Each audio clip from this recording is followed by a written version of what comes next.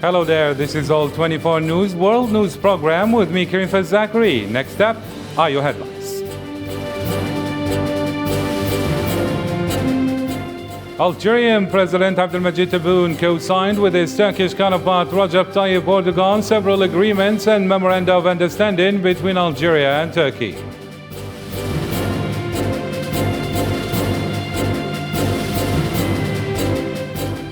A rescue operation for Ukrainian fighters from the huge Azovstal steelwork was underway on Tuesday, according to Kiev.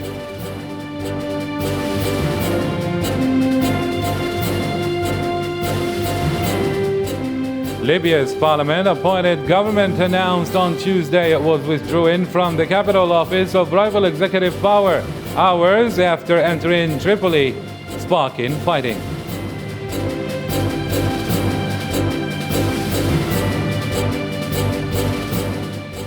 More than 70 Palestinians were injured after Zionist police lobbed tear gas canisters and shot rubber coast bullets.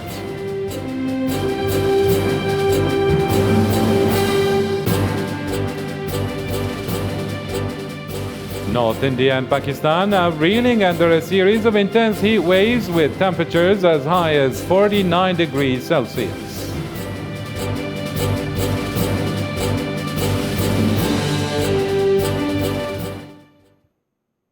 Hello again, those were today's top stories. On his three-day state visit to Turkey, Algerian President Abdelmajid Tebboune co-signed with his Turkish counterpart Recep Tayyip Erdogan several agreements and memoranda of understanding between Algeria and Turkey.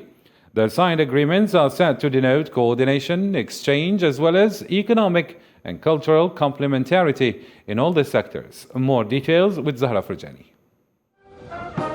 The Algerian President Abdelmajid Tebboune is still in his state visit to Turkey for the third and final day, at the invitation of his Turkish counterpart, President Recep Tayyip Erdogan. On Monday, Algeria and Turkey signed 15 agreements and memoranda of understanding covering several areas and sectors of cooperation, such as energy and mining, finance, trade, industry, information and communication, science and technology, education, environment, and the fight against cross-border organized crime. According to President Tebboune, the signed agreements will boost the privileged historical relations between the two countries. At the outset, I would like to express our deep satisfaction with the important steps we have achieved together, which have been added to the distinguished balance of our historical relations and have strengthened the course of strategic partnership that we're keen to lay its foundation on the political, economic and cultural levels and in all areas available to us. The first visit of Algerian President to Turkey in more than 17 years comes in a tense regional and international situation and a worsening global crisis that had a direct impact on the Sahel and Africa, in which Algeria plays leading roles. Algiers and Ankara agreed to join efforts to uproot terrorism scourge that's threatening the security of all Sahel countries.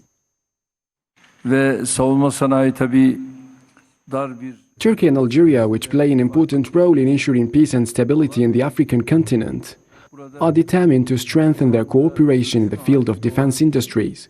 The two countries have decided to establish a high-level cooperation council to take their relations to a new level. Economic and trade relations between the two countries are developing day by day. On the last day of this visit to Turkey, the two heads of state inaugurated the proceedings of the Algerian-Turkish Business Forum held in Istanbul, where President Tebboune was honored by Istanbul University. Turkey has said it will not approve Sweden and Finland joining it as NATO members. This comes only hours after Stockholm followed Helsinki in a historic Nordic security policy. Or policy shift by formally confirming that it intended to apply for membership of the alliance. Nabil Khazini has more insights. Moving on in history and leaving the old era for Finland and Sweden seemed not to be an easy path to take. The membership of the countries in NATO is viewed with suspicion by Turkey. Ankara has made this clear on several occasions. Just hours after they announced they would seek membership, the Turkish President Recep Tayyip Erdogan once again affirmed that Turkey will not approve the accession of the Nordic countries in the military alliance. Pazartesi günü Türkiye'ye gelecekler. They say they will come to Turkey on Monday. Will they come to try to convince us? Sorry, but they shouldn't bother. We won't say yes to joining the security organization NATO for those who apply sanctions against Turkey. Yaptırım uygulayanların Helsinki and Stockholm have moved quickly toward NATO since the start of the conflict in Ukraine. Today, Sweden has signed a formal request to join the North Atlantic Treaty Organization. But if the expansion of NATO was considered to be a major cause for the war in Ukraine, its enlargement in the Nordics could be another setback for Russia's efforts to redraw European security architecture. In Moscow, Vladimir Putin assured that in the event of Sweden and Finland joining NATO, Russia would react accordingly, a situation which, for the Russian president, will create more problems than it would solve. Russia has no problem with Finland and Sweden just because they decide to join NATO. Their application for NATO membership would not pose a direct threat to Russia, while Russia will certainly react if there is an expansion of military infrastructures on the territories of these countries. How exactly does Russia respond will depend on what kind of threat is posed to Russia. All member states must agree that a new country can join NATO. Therefore, Sweden and Finland require Turkey's support in their bid to join the military alliance. A rescue operation for Ukrainian fighters from the huge Azovstal steelwork was underway on Tuesday, according to Kiev, which now considers that these men have fulfilled their mission. Russia, meanwhile, said that 265 Ukrainian soldiers from Azovstal have been taken as prisoners since Monday. The soldiers suffered a month of siege. They were taken into pro-Russian territory, but must be repatriated to the Ukrainian side as part of an exchange procedure. We hope to save the lives of our guys.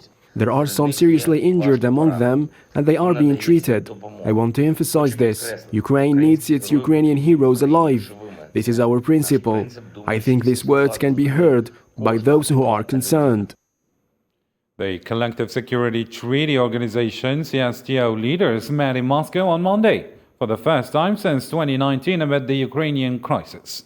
The summit was attended by leaders of all 6 member states, including Russian President Vladimir Putin and Belarusian President Alexander Lukashenko. The meeting was dedicated to the 30th anniversary of the signing of the Collective Security Treaty and the 20th anniversary of the creation of the organization itself.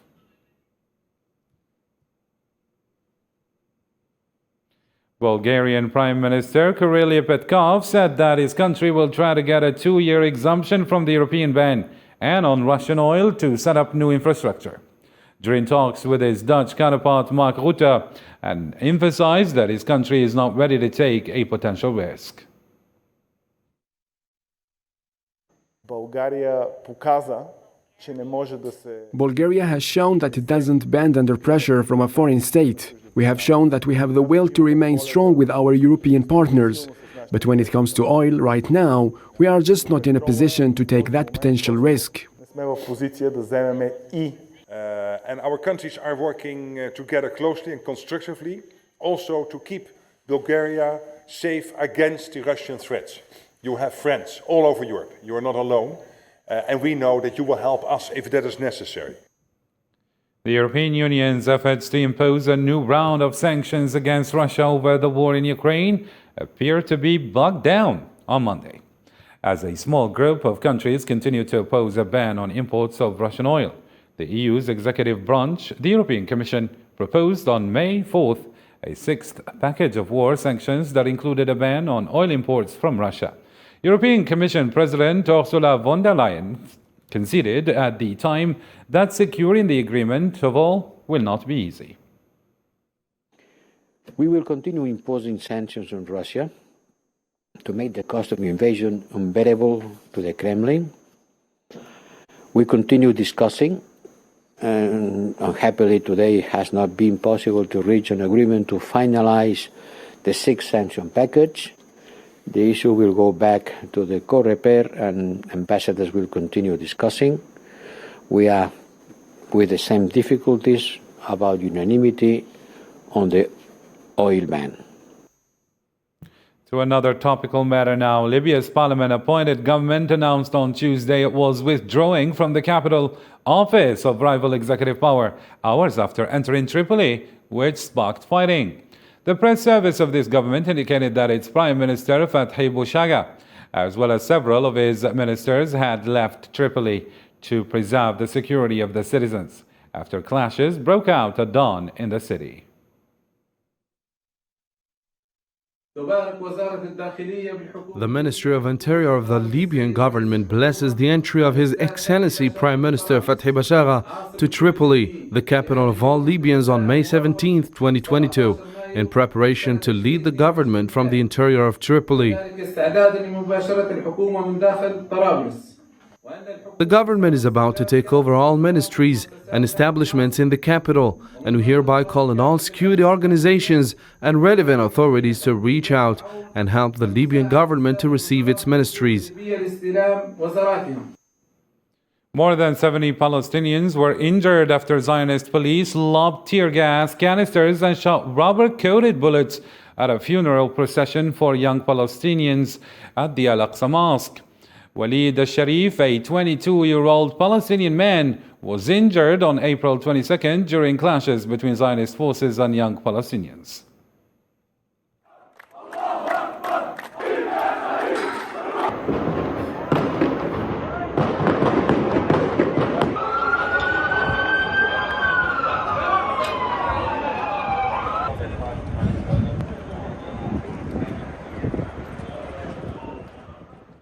North India and Pakistan are reeling under a series of intense heat waves with temperatures as high as 49 degrees Celsius.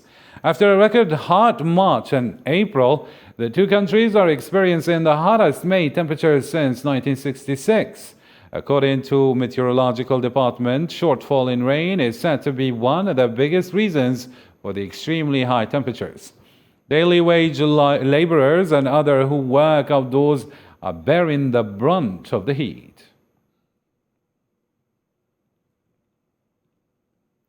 Hundreds of people were hospitalized throughout the country due to a fresh wave of dust storm hitting Iraq on Monday. According to Iraqi Health Ministry, the heavy sandstorm in Iraq closed some state schools and offices and halted flights at Baghdad International Airport. Authorities in Baghdad, including the Education Ministry, declared a day off for local government institutions with the exemption of health services. Centrist politician Elizabeth Bourne was appointed France's new prime minister on Monday, becoming only the second woman in history to hold the post. Bourne, 61, the Labour minister in French President Emmanuel Macron's previous government, succeeds Jean Castex, whose resignation on Monday was expected after Macron's re-election last month to a second five-year term.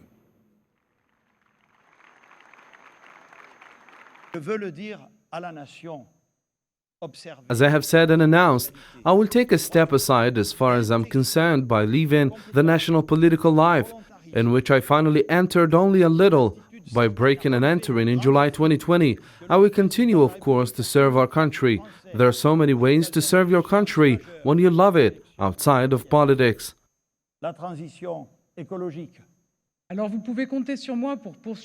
So you can count on me to continue on this path in the face of the many challenges that are ahead of us. I'm thinking in particular of the international situation, but also of the climatic and ecological challenges in which we must act faster and stronger, and I'm convinced that we will be able to do this by involving even more the living forces of our territories, because it is as close as possible to the French that we will find the right answers, and that it is also the whole meaning of the new method set out by the President of the Republic. Still in Europe, but this time in Northern Ireland, Sinn Féin party's president Mary Lou MacDonald has accused Boris Johnson of placating the Democratic Unionist Party over power sharing and the Northern Ireland Protocol. The Prime Minister, or the British Prime Minister, headed to Belfast on Monday to encourage the parties to reform Northern Ireland's institutions after the Assembly election. The UK's Foreign Secretary is expected to set out plans for legislation to rewrite the Northern Ireland Protocol today, Tuesday. We have said directly to him that the proposed unilateral act of legislating at Westminster is wrong. It seems to us absolutely extraordinary that the British government would propose to legislate to break the law. It's extraordinary. It's an extraordinary proposal, and one that would amplify the bad faith with which the Tory government has conducted itself from the beginning of the entire Brexit debacle. I spoke to all 5 parties just now. Not one of them likes the way it's operating. They all think it can be reformed and improved, from Sinn Féin to SDLP, DUP, all of them. And the question is, how do you do that? And we would love this to be done in a consensual way with our friends and partners, ironing out the problems, stopping some of these barriers east-west. But to get that done, to have the insurance, we need to proceed with a legislative solution at the same time. The massacre in which 10 people were killed in a Buffalo supermarket on Saturday was the deadliest mass shooting in the United States so far this year. The Gun Violence Archive counted at least 201 such shootings, defined as one in which 4 or more people were injured or killed, through mid-May. Of those shootings, 9 involved 4 or more fatalities. U.S. President Joe Biden denounced the hatred which remains a stain on the soul of America. What happened on Saturday was an act of domestic terrorism. And we have to define it as such. We can't sugarcoat it. We can't try to explain it away, talking about mental illness. No, this was an act of domestic terrorism perpetrated by a young white supremacist. Sri Lanka's new Prime Minister claimed on Monday that the country was running out of gasoline as it faces its worst economic crisis in over 70 years. The new Prime Minister asked residents not to join the long gasoline lines that have sparked weeks of anti-government rallies, and stated that the country needs $75 million in foreign currency to pay for crucial imports. The results of Lebanon's first elections since multiple crises ravaged the country were expected Monday, with opposition groups hoping for modest but unprecedented gains.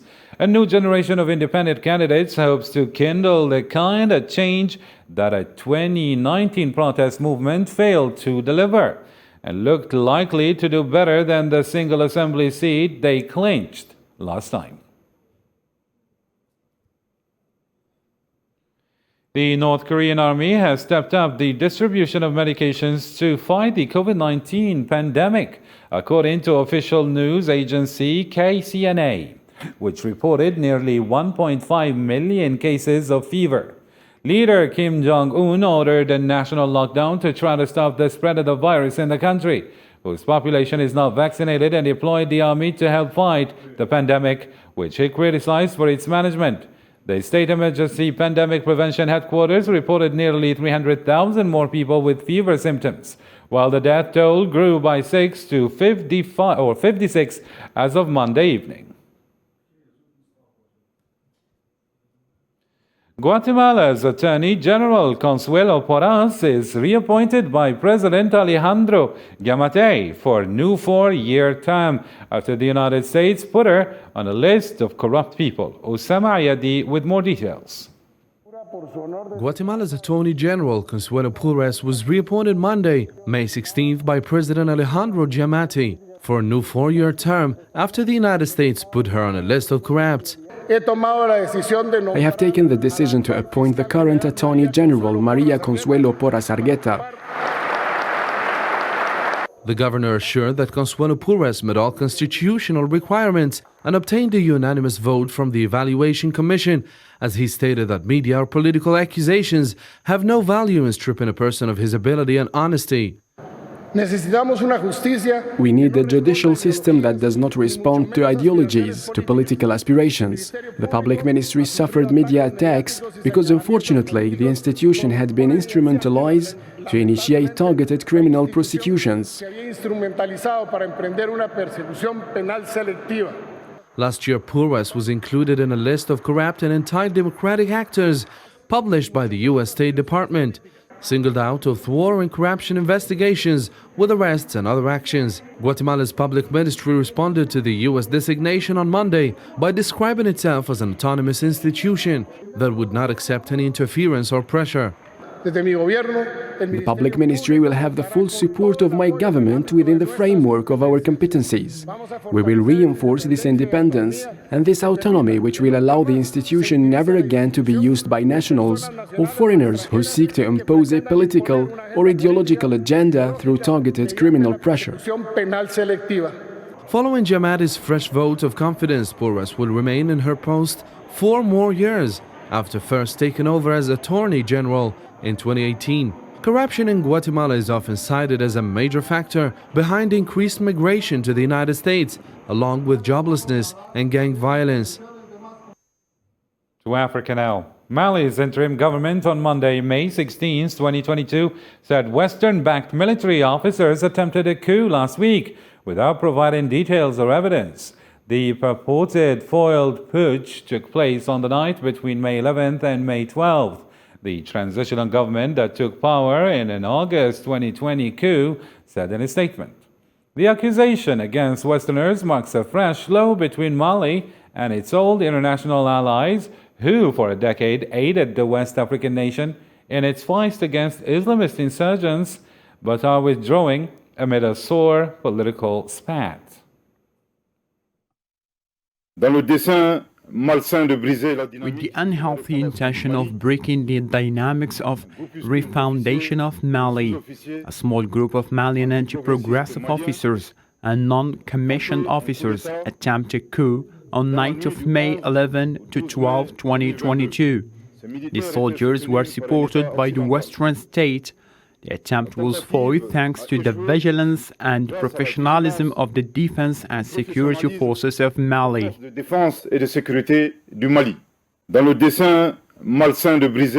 the unhealthy intention of breaking the dynamics of President Joe Biden has approved a request by the Pentagon to redeploy U.S. troops to Somalia in an effort to counter Al-Shabaab group. Let's have a listen. I can announce today that the President has authorized the Department of Defense to return a small, persistent U.S. military presence to Somalia. This decision was based on a request from Secretary Austin and included advice from senior commanders and, of course, concern for the safety of our troops who have incurred additional risk by deploying in and out of Somalia on an episodic basis for the past 16 months. The purpose here is to enable a more effective fight against Al-Shabaab by local forces, and Al-Shabaab has increased in their strength and poses a heightened threat. So again, this is a repositioning of forces that are already in theater, who have traveled in and out of Somalia now on an episodic basis since January of 2021. And finally in our news, after 2 years of lockdown due to the COVID-19 pandemic, Cannes Festival will open its doors and receive the world of cinema on its red carpet without masks and without health passes. Miriam Zian has this report. After 2 years shaken by the coronavirus, Cannes Film Festival, the world's biggest, returns to its traditional May slot for a 75th edition, during which Hollywood stars, former Palme d'Or winners, and a few new names will be present. The world's premiere showcase for the movies will return to a semblance of normality this year, as masks are not mandatory and partying isn't restricted. This year, the parties are back, and Hollywood heavyweights will include Tom Cruise's Top Gun Maverick, bringing the star to Cannes for the first time in 3 decades. David Cronenberg, will mark his return to horror movies with Crimes of the Future, featuring Viggo Mortensen, Kristen Stewart, and Leah Seydoux. It is time to stop seeing. Asia will have a strong showing despite the absence of China, with films by Park Chan-wook and Hirokazu Koreeda in competition and Squid Game actor Lee Jung-jae premiering his new film Hunt.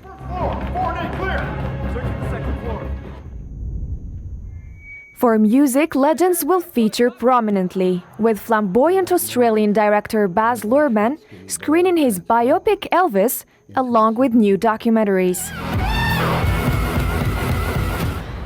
He was my destiny. Well, that's all we have for now. The news continue on our channel. Thank you for watching. Bye-bye.